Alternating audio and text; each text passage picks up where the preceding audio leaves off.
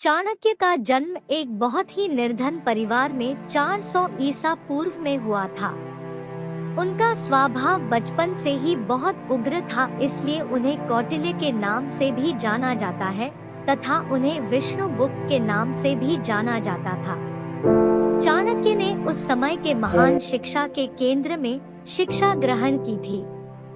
उनका रंग काला था तथा रूप के बदसूरत थे।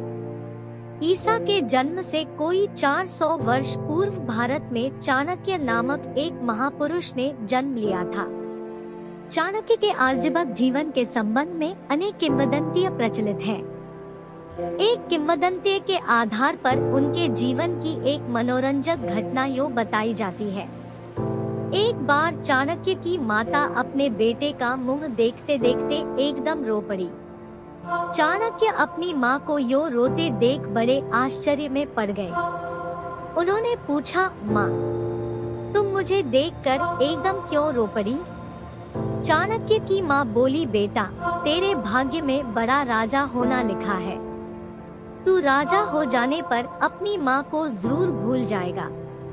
बस यही सोचकर मेरे आंसू निकल पड़े। चाणक्य बोला, लेकिन तुमने यह कैसे जाना कि मेरे भाग्य में राजा बनना लिखा है?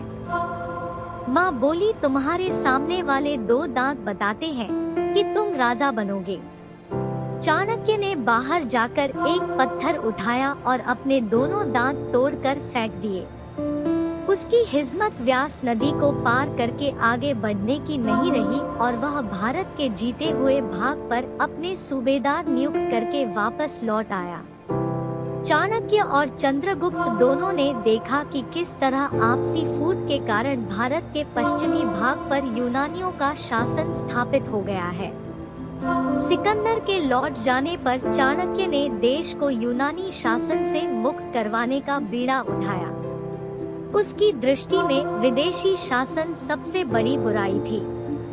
अतः उसने चंद्रगुप्त को आगे कर पंजाब में एक छोटी मोटी सेना एकत्र की और उसको इस सेना का सेनापति बनाया।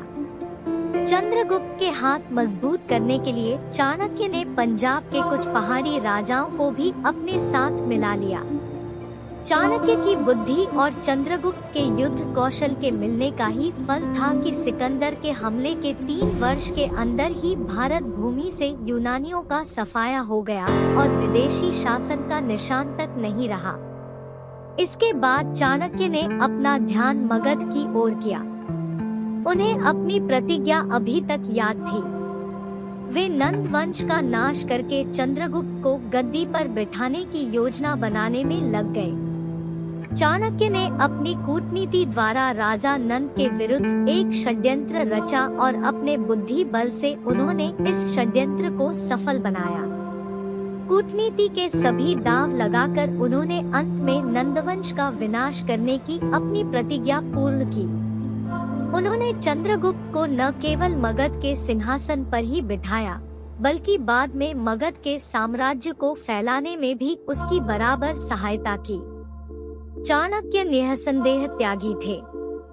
उन्होंने कभी भी महलों में रहना स्वीकार नहीं किया।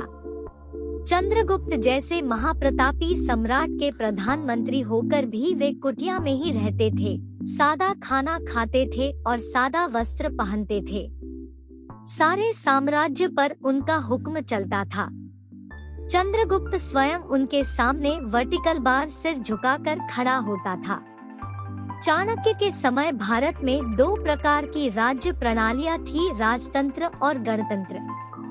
उस समय भारत में जो गणतंत्र थे उनका राजकाल आजकल के गणतंत्रों की तरह प्रजा के चुने हुए प्रतिनिधियों द्वारा नहीं होता था।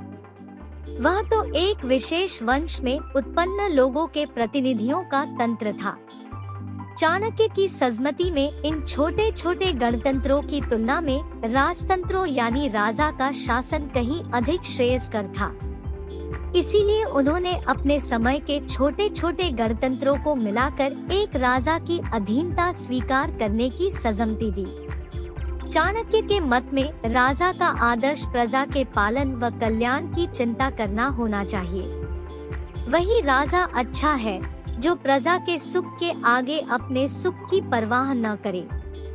प्रजा के सुखी होने में ही उसका अपना हित है। उन्होंने यह भी लिखा है कि राजा की आज्ञा के सामने वेद और धर्मशास्त्रों में दी गई हिदायतें तुच्छ है।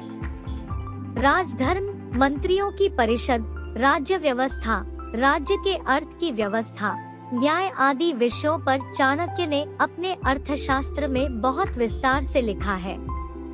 यहाँ पर ऊपर कही गई इस बात को दोहरा देना काफी होगा कि राजा का हित प्रजा में है और यदि प्रजा सुखी है तो राजा भी सुखी रहेगा।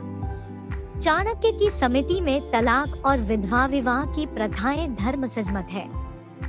उन्होंने इनका समर्थन किया है। चाणक्य ने अपनी बुद्धि के चमत्कार से यूनानी शासकों को निकाल बाहर किया। साथ ही उन्होंने छोटे छोटे राज्यों को मिलाकर एक विशाल भारतीय साम्राज्य की नींव डलवाई।